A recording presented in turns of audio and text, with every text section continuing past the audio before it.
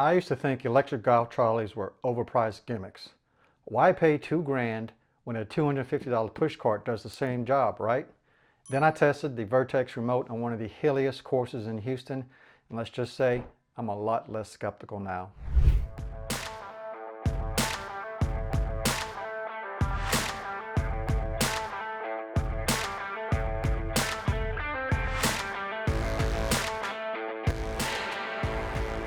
The Vertex is the first electric trolley I've ever tested, and I didn't make things easy for it.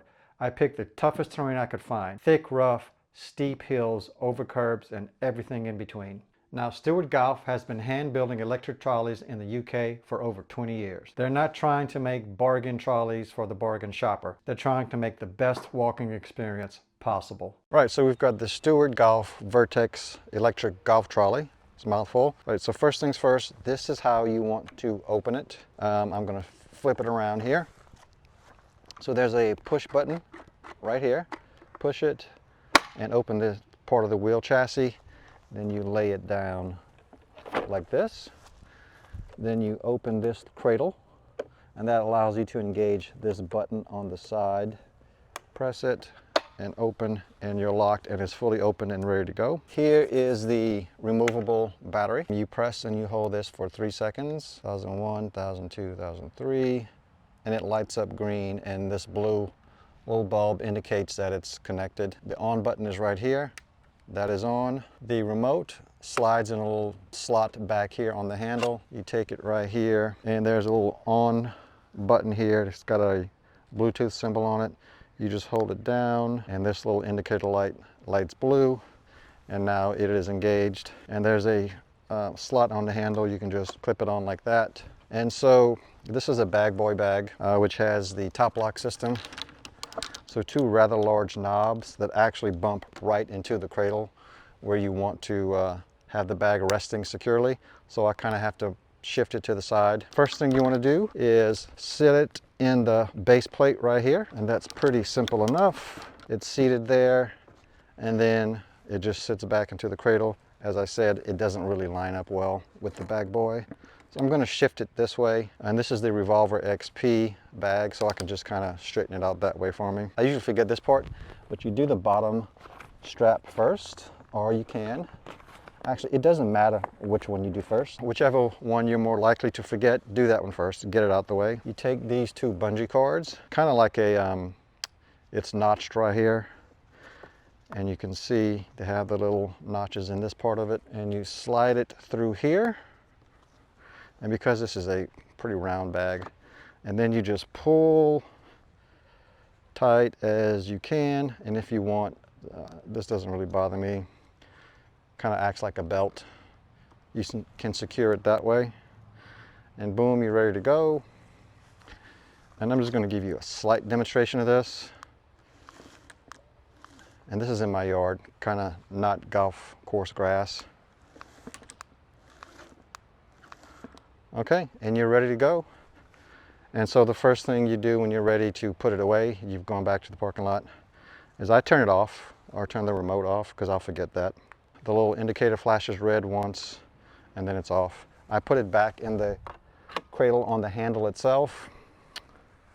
And again, I usually forget the bottom strap, so I just pull that out. It's got a nice little handle here. It makes it really easy.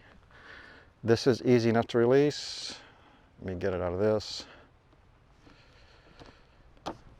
And that's done. Let me just put the bag to the side. Stay.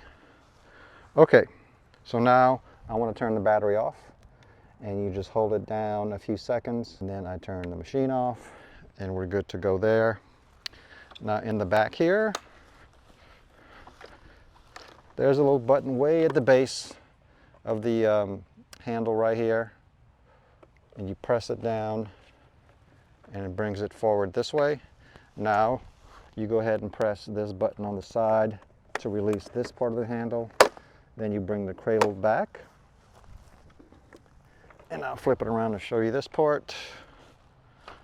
That button you use to open this part of the chassis, press it again, lock it this way, and here is your handle to carry. This thing weighs almost 40 pounds, I think 37. So it's not super light, but you're not going to be carrying it far either way. If you want to do a two-handed carry, you can grab the handle here and right here.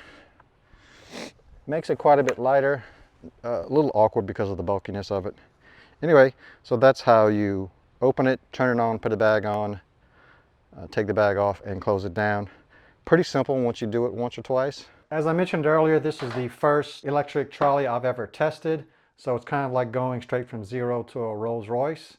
And so how easy was it to set up and get it going for me? First of all, with the trolley, you get a packet with all your instructions. There are, I think, 4 pieces in here. This is all about the battery. You have a QR code for an app for each battery. So you have the 27-hole app and the 45-hole app. Make sure you upload or download the correct app. I did it wrong the first time because I kind of missed this piece of paper. So the app wouldn't register and read my battery. But after I figured that out, I got in touch with the company, no problems at all. This thing explains how to unfold and fold the Vertex. Very clear, very good instructions, good images here, better than most push cards or every push card I've ever tried, pretty much.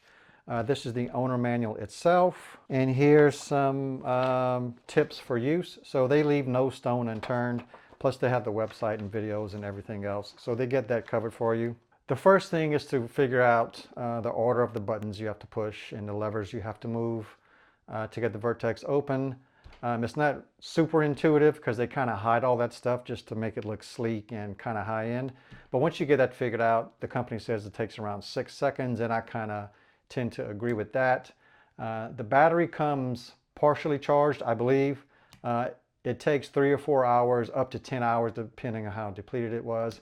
It doesn't take long at all, and you can always just fire up the app to see how much charge is on the battery itself. The remote, they say to charge it after every round. I'm not positive how long it took to charge the first time. I just plugged it in and took it out to play the next day, so no problems there. So how was real world performance with the Vertex on the course and even on the range? I went straight for the thickest grass I could find just to see how it got through rough and got through grass. I found the steepest hills I could find and the thickest grass on those steepest hills. It handled all of that very well. Don't get me wrong, on occasion it tipped back and those rear stabilizer wheels had to be engaged, but it never tipped all the way over, although I was scared a couple times. It kept rolling right through. The only thing that really stopped it was wet grass on steep hills. And when I'm saying steep, I'm talking about over 45 degrees. It would tip back and hit the rear stabilizer wheels and it would just spin in place.